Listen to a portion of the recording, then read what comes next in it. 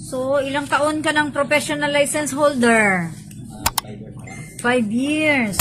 Timing yung tanong ko dito para sa professional. Pero tungkol sa taxi. Ha? Subukan natin, baka masagot mo. Ano? Yun lang ang tanong. O, sige.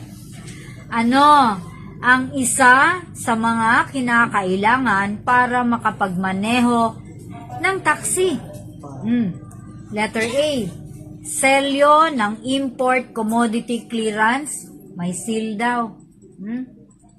Letter B, taximeter na aprobado at may selyo ng LTFRB. At letter C, fare matrix para sa mga pasahero. Sa palagay mo, anong kailangan ng taxi? Ang tamang sagot ay B, taximeter. Pero hindi lang basta-basta maglagay ng taximeter. Dapat approve siya ng LTFRB, ha? At may selyo.